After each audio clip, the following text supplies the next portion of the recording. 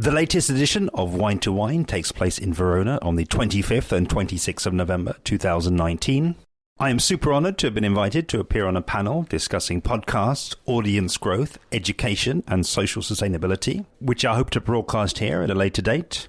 As part of my preparation for that talk, I put together a special deck that sets out all of the podcast equipment that I use to produce Interpreting Wine. To see that, and I hope get you started on your podcasting journey, just head to interpretingwine.com/kit. This series was recorded at this year's Wine2Wine in Verona and will feature interviews with the key organizers, as well as selected speakers, bringing the experience of this major digital event and allowing you to feel a part of proceedings no matter where in the world you are.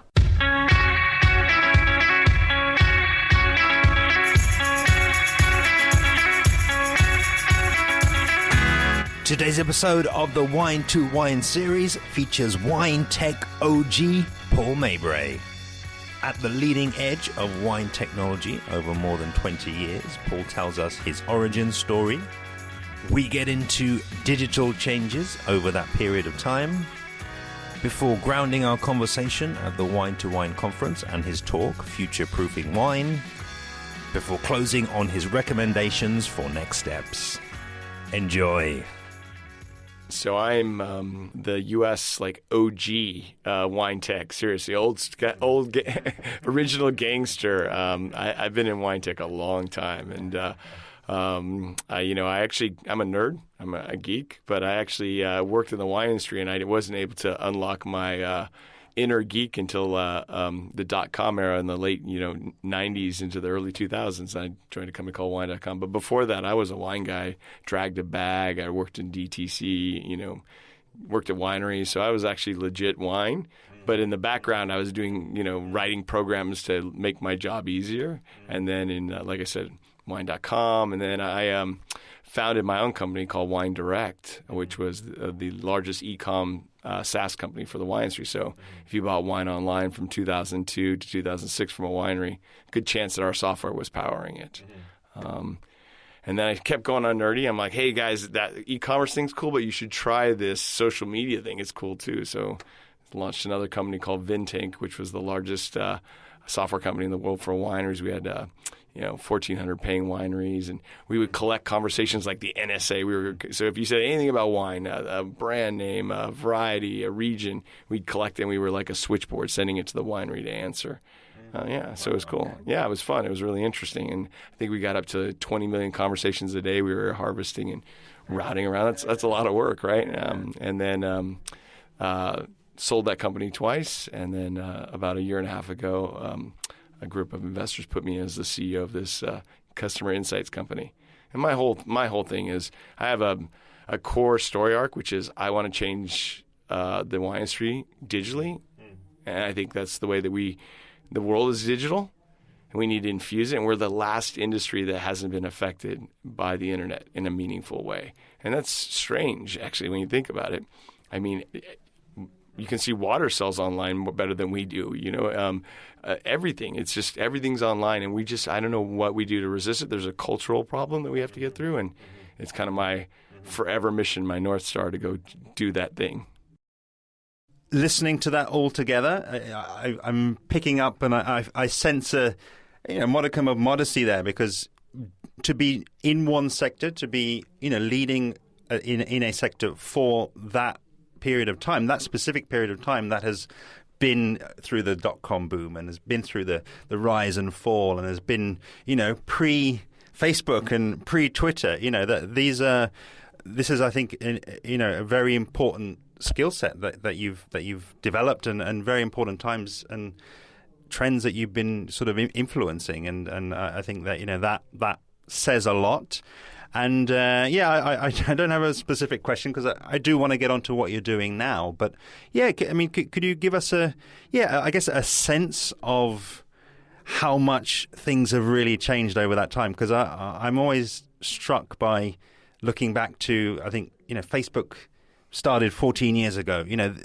We're talking about a completely different landscape. And maybe, one or two stories or recollections from that time that just lets you see, God damn, you're still young, but things have changed a lot in that time, hey? Oh, my God. I'm sure there's loads. It's wow. So I go back to when even before there was really websites kind of in that thing. I remember learning how to program in HTML to help the websites, and I made my own CRM program so I would do sales better because I'm a terrible sales guy. But there's so much that's happening. It's like the changes are so incredible. I mean, we used to spend $500,000 to make a website back then. You still can do that, but that was the lowest cost you could get. And now you can get a website for free, on Squarespace. But back then, the base price was $500,000, right? And you'd have to call someone to get to go make changes on your website if you wanted to change the words or the colors. You'd have to pay someone to do that in a meaningful. Now you have. The websites come with those tools. That's pretty amazing. I have to tell you, when I started Wine Direct, it was very funny. I'm like, oh my God, this internet thing, it's going to be so amazing. We're going to be able to sell wine on the internet. Guys, and I knock on doors to wineries and I say, guys, we're going to sell wine on the internet together. And, oh, Paul, you're so cute when that internet fad thing goes away. And I was like, what do you mean that fad? It's here forever. And in 2009, I came the same thing. I was like, oh my God, this social media, it's so amazing. It's our first chance to talk to consumers directly. It's like the Great Wall is falling down. We get to jump past retailers and wholesalers and have a direct connection with our customers. We're going to do great. And they're, oh, Paul, you're so cute when that social media, the other cheek. Fortunately, they don't do that anymore. I've been right twice, so they're very kind to listen at least this time. So it's been a very fun and I'm not going to lie, it's also been a very challenging journey. It's a very Sisyphean. I'm pushing the rock up the hill and it comes down quite often.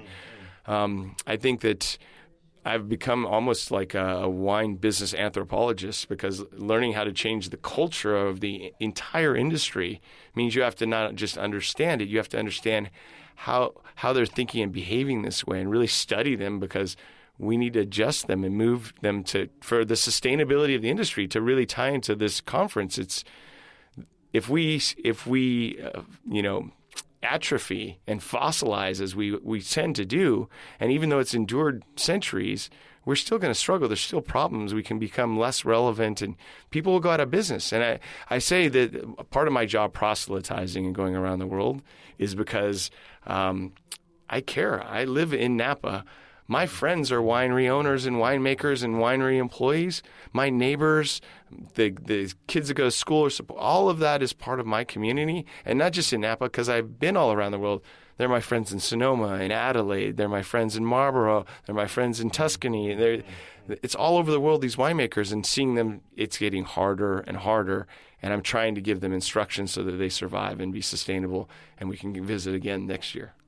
Digital Darwinism is a thing, and it's going to come, and it will affect us. It is affecting us. We're seeing it. We're seeing wineries, and we're seeing conglomerates buy up family wineries. I mean, it is part of the essence of what's happening. This is a lot of changes happening in our industry very fast. So we have, for some reason, avoided the internet. I'm not sure how we kind of let that go by. I mean, and it was a joke I was just telling with Heine Zaccarini from Vivino. We were walking and we were talking a little bit about this history and how, I think Vivino is going to be $135 million in sales next year. And I said, that's great. You still have a lot of work to do because Zappos sold $1.2 billion worth of shoes 6 years ago, before they sold to Amazon or whatever that was. I would have thought that wine would have done better online than shoes, by the way, because you have to put them on, you have to try them on. And so if our greatest success is $135 million, we got a long ways to go. There's a lot of work to do still. I want to then, ground us where we are sat here in a perfectly formed recording booth in Verona at Wine2Wine. And I saw you talk this morning, and I loved the presentation. I thought it was fantastic. And I would love for you to give, really a sense of what you were talking about there, and maybe even, because we have the luxury of doing that here. Maybe, tell us about the themes and maybe, what were the kind of calls to action that you hoped people might take after that. So just give us an insight into what the messages we were trying to prepare, what you actually delivered, and then what you thought you hope people might do. What was the thing you thought that one person might do and take action in the audience? That's a great question. Thank you for the kind words about the speech. Every year I do a theme, and this year has been future-proofing wine. And the concept is wine is changing very fast around us. It's slow. Sales are slowing down. Competition is growing, both from other wineries, other regions, other products. There's economic challenges that seem to be facing us, world challenges, through some funny slides I put up.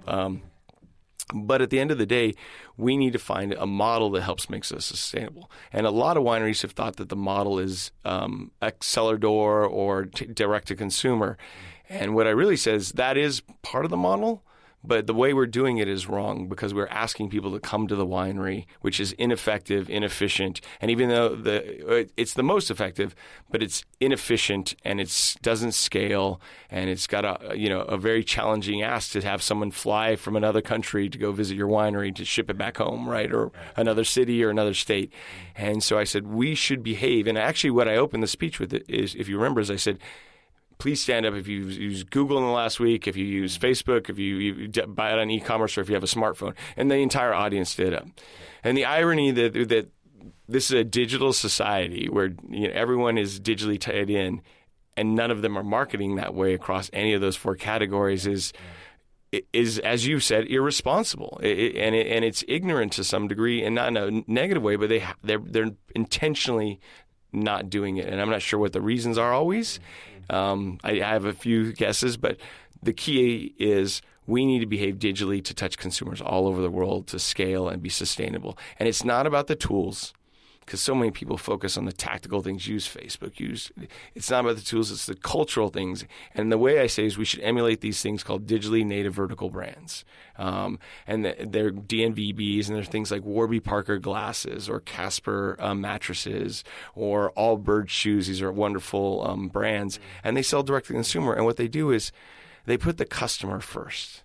They really have to. And then they use all of those digital feedback loops to learn more about them, to do a better job. And they pay so much attention to the customer experience, right? And the whole job is to use these digital tools to connect with customers over and over again, learn and do a better job. And that cultural change, if I can hone in on that, even if they don't go fully digital, that change of being more customer-centric, thinking through the lens of a customer, how to sell to them and make them come back for a second bottle, not just because you make great wine, but because you care more than just the wine. And what is that value exchange associated with that was the theme of the whole talk. So I've gave lots of examples. I feel that we look so much inwardly to the winery industry. We look at each other. We copy each other. We emulate each other. We're a fast follower industry, and we don't look at applications that are going well outside of wine and say, why doesn't that work for wine? So one of the examples, one of my favorite companies is this company called Hint Water out of San Francisco. It does flavored water. The founder saw how much soda she was drinking. She went to lose weight, but water wasn't tasty enough for her. So she wanted healthy. She wanted chemically added, so it's got natural, truly natural flavors. And she built a gigantic company of water that's, I think it's like $300 something million worth of water they sell, and it's the fastest growing water company in the United States. But 40% of her company is direct to consumer, $90 million of water shipping to consumers. And so she does amazing things like, first of all, she does a good subscription so you can cancel anytime you want. You can pause it. You can subscribe and get regular water on a regular shipment whenever you want. She does flavor launches with their direct-to-consumer base and then takes them to the supermarkets, the ones that are successful. She uses the data she gets back from her direct-to-consumer, and she goes into markets like Publix or all these other supermarket chains and says, I have this many consumers in your neighborhood that look like this. I know they'll buy water from you too. They're buying it direct from me. Would you like to put my water on your shelf? Because I have data that shows it will pull off of your shelf. Brilliant layered strategy showing, and by the way, water is, water instead of wine. In the tap. But I mean, that's amazing. And it shows that this heavy product can be shipped and that we can do the same thing and we can do the same efforts. There's another one that for customer experience, the Dollar Shave Club. And it asks you immediately in the beginning of the shopping experience, do you shave? Do you shower? Do you brush your teeth? Well, of course, those are great functions, right? But that's a great way to lead in of like, what's your need? is what they're asking. What is your need for me to fulfill? How can I get to you into the need state? Because if I know what you need, I'm listening and I'm going to give it to you, which is that great customer-centric concept. So you can see, it doesn't matter the tools. The web was brilliant and they're using it, but they're really thinking through the customer lens first. Another one that I also like is Tesla Towels, which is an Australian towel company that doesn't hold any sand on the towels. And the storytelling that they're still selling with the towels is not just the sand and how it comes off, but don't you want to go to the beach? And you go to the site, it's all beach pictures. It's aspirational. I bought 2 towels so I'd take my wife to the beach. We haven't done it yet, but that vacation is waiting to happen. So, yeah, those are great examples of it. But all of them use digital tools. They had great feedback loop. I got them through the internet. I found Tesla towels through they targeted me through Instagram.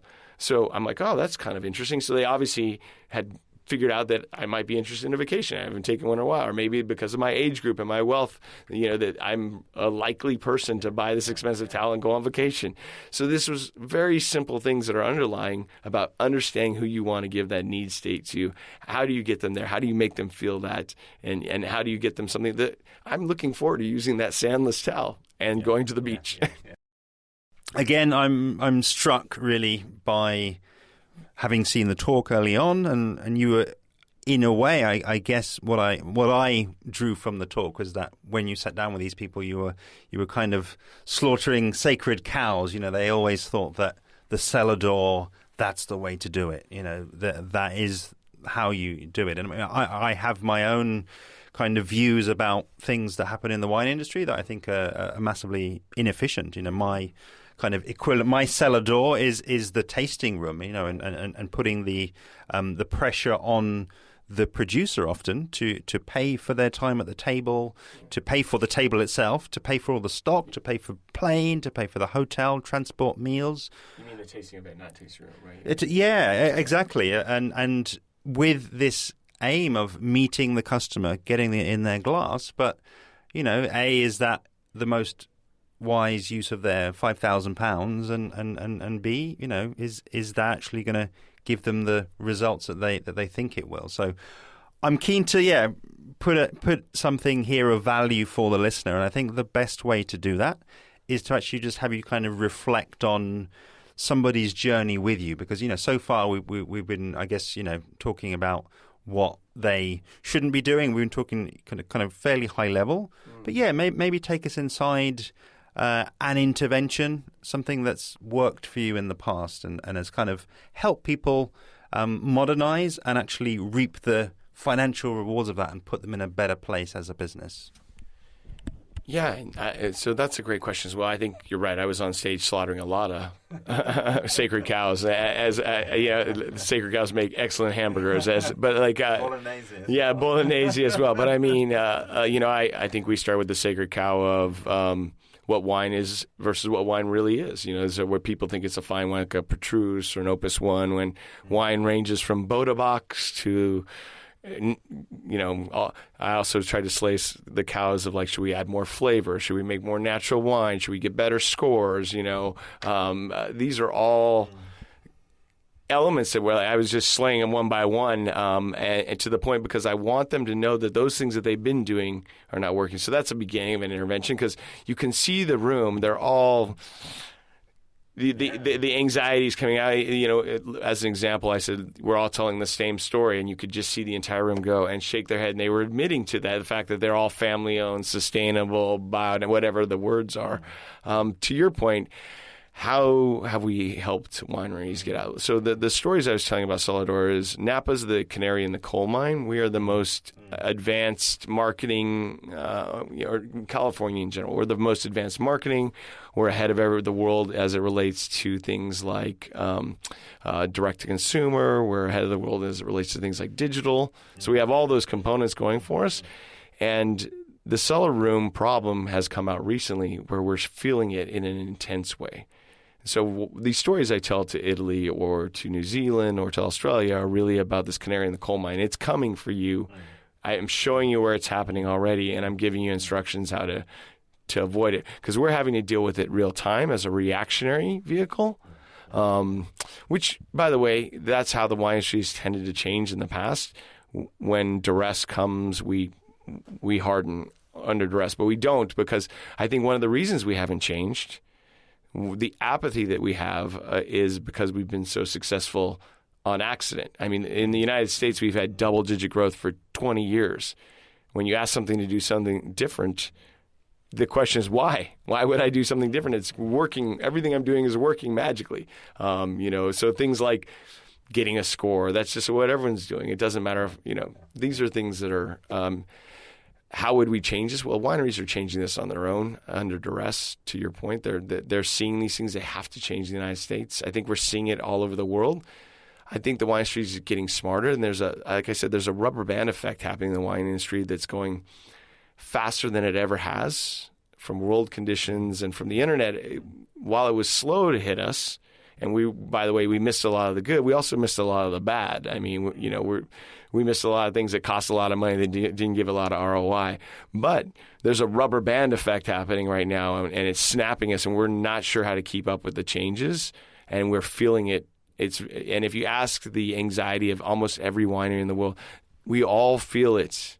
My wife runs a winery, by the way, so she's unfortunately for my guinea pig and my litmus test on a lot of these thought experiments or digital stuff. And I have a rule: if I wouldn't put my wife's winery on it, I shouldn't be talking about it. That's the essence. So the wife rule is really, because, happy wife, happy life. So the pillow talk is good if you're giving good advice, right? So if you ask how I've helped wineries, I work with my wife all the time. We partner together. It's actually a great collaboration of husband and wife in the wine industry. One actually at the full winery production side, running a high-end luxury winery, and me on the other side, pushing the edges of what should be.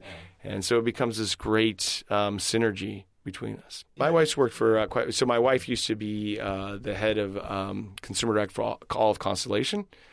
So we have that shared. Then she went on to be the CEO of a winery called Sullivan Vineyards, which was the fastest turnaround of a winery in Napa Valley history, according to Silicon Valley Bank, which is a great story how she tapped into digital. And then she ran a winery called Cornerstone, and now she's at one of the most beautiful wineries in North America called Donham. I'm not saying this just because my wife works there. It's really the most magnificent sculpture garden in probably North America. It's so beautiful. And she's all luxury, all grace. I'm the dancer, and she's the beauty and the brains. So, yeah. Last question really from me. I'm totally loving the energy. I'm totally loving the message. I'm kind of totally on board. And I like to finish on a future-oriented note. So, yeah, it's just a question of somebody's listening to this podcast. They know that you're talking to a pain point. They're feeling it wherever they will feel it on their body, in their back, on their neck, or in their stomach. What are some potential next steps to either learn more about Emetry or to actually start to move forward with changing some of the culture in their business? Nice broad question. Yeah, no, that's another excellent question. Thank you. I'm enjoying the conversation as well, to be really honest with you. Emetry, you can find us online. I tend to not to talk about our company because I feel this is a good time to share. But, we enjoy what we do. The company's actually when I took over as CEO, was founded on, there's a lot of questions we don't know. And it's our job to go find those questions. It's almost like an answer factory. And the answering, so we work very closely, almost bespoke with our customers, to big, large wineries, to go find out how do we understand our customers and where do we go dig data up so we can figure that out and give them insights that help them do a better job, make money. It's a challenging and wonderful job. I'm learning new data science words I never knew before, and work with people that are 10 times more. The PhDs they have, are much more than my. I don't know what. I don't have any D's, and more importantly, though, to your point, like how does a winery go about making change, right? How do they do that? And then it actually has to be. I think it's like eating an elephant, right? That one bite at a time, but really has to start with that feeling that you need to think and adopt and learn digitally. It's not about putting the young kid in charge of social media. It's not about just throwing up a website. It's like ingraining that into your culture one bite at a time, one step, picking how you're going to have a goal to integrate digital into your your business practices as a meaningful part, not as an afterthought, but it's front and center. And soon it almost metastasizes to the business in a wonderful way. It becomes viral through the organization as you do it. And then everyone's flowing in that. So I think that's a key point. There's a lot of great books. Anyone can tweet me at P. Mabray and say, hey, send me some books and to read about digital transformation. I love one called Building Dragons from Olivier Blanchard. It's fantastic. He says we shouldn't build unicorns, which is the phrase for Silicon Valley. We should build dragons. Unicorns are frail and ethereal. Dragons are solid and they grind through. So that's a great book on that one. The Wine2Wine is another one done by PhDs. I'll send more. But the essence is each one of these books leads into a better way of thinking and tying that digital thing. And really, digital is not about digital. Digital is just the scaling tool. It's always a human thing. So even when I'm saying these cultural changes, and you notice in my speech, I didn't mention a tool at all, and I'm never going to mention a tool. It's about starting with the customer and then layering the tools on so you can, the digital are the tools to scale the relationships you can have with customers. Thank you so much, Paul, for joining me in the booth at Wine2Wine. A real pleasure to both hear you talk and to continue the conversation with you one-to-one.